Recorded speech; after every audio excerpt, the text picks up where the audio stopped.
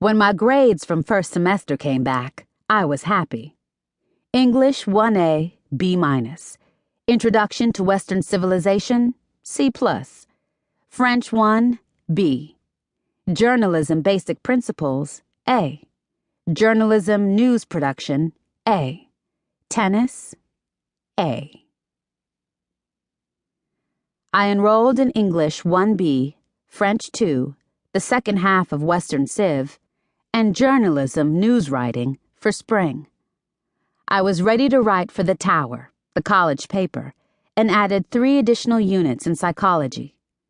I was making headway on getting my chocolate buns out of City in 2 years flat, so I wouldn't be old meat. I sent off for applications from Negro colleges. Some evenings, I recited the names of the colleges, singing them like a spell to invoke a full scholarship somehow. Howard, Spelman, Morris Brown, Talladega, Alcorn A&M, Philander Smith, Wilberforce, Hampton, Xavier, Wiley, Bethune-Cookman. But the magic only produced my family, which kept crowding into the picture I had made into flesh. Bushy, unpressed hair, leather sandals, jeans, one-of-a-kind earrings from my favorite hole-in-the-wall shop in Berkeley, and eyes ringed with Maybelline black eye pencil. I had started in high school with eyeliner because it made my eyes pop. We couldn't wear pants in high school, so it was liberating to wear jeans 7 days a week. All I had to buy were cute tops to complete my wardrobe. When I started shopping, I found the earring shop that pierced ears for nothing if you bought 3 pairs for $10. So I got my ears pierced right after I moved out of Boy Boys. The hair was the biggest change. I couldn't take the smell of chemical relaxer, even though I knew I looked like a wild thing. I tried to change when I went around family. They hated my hair, the eyes, and my jeans. They wanted pedal pushers and pert hair, like when we were girls. My solution was simple to imagine, harder to act on. Don't go around them. I had been the broken home baby, as Aunt Ola Ray called it. In my father's family, we were all raised together. 2 of his brothers had big, stable Montgomery Ward and J.C. Penney families.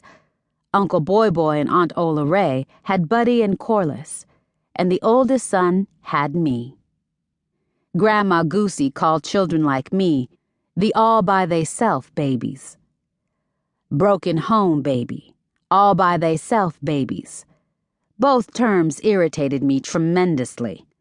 Whether it was Aunt Ola Ray's pitying voice as she neatly folded yet another Butterick Vogue McCall's pattern and stuck pins in the red tomato pincushion, or my grandmother's muttered cursing of wayward men's, one of them being her son, my very own flesh-and-blood father. No count, pissancy boots, leaving these all-by-they-self babies for the family to raise. As harsh as Goosey's rant was, I didn't feel as bad as when Ola Ray, who wasn't blood, said it. In the interest of the entire family, they threw us in one pot, called us all the cousins, the boy cousins and girl cousins. Even when we reached the age of consent, we remained the boy cousins and the girl cousins. Corliss and Buddy, her brother, were my favorites. The 2 of them together looked like the mocha plastic bride and groom on the top of the cake.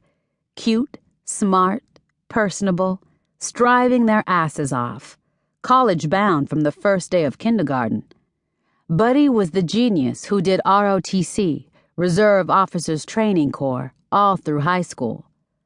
Uncle Boy Boy said ROTC would look good on his transcript and get him into a military medical college. Corliss was held up as a role model for the rest of us, the perfect person, straight A over straight A, junior to senior high, every single course. That had to have been like some kind of fate not humanly possible. It seemed like everyone thought Corliss had no flaws and that the rest of the cousins must have had terrible complexes because we weren't her. Personally, To keep listening to this audiobook, I've left you a link in the description so you can do it, at no cost thanks to Audible's 30-day free trial.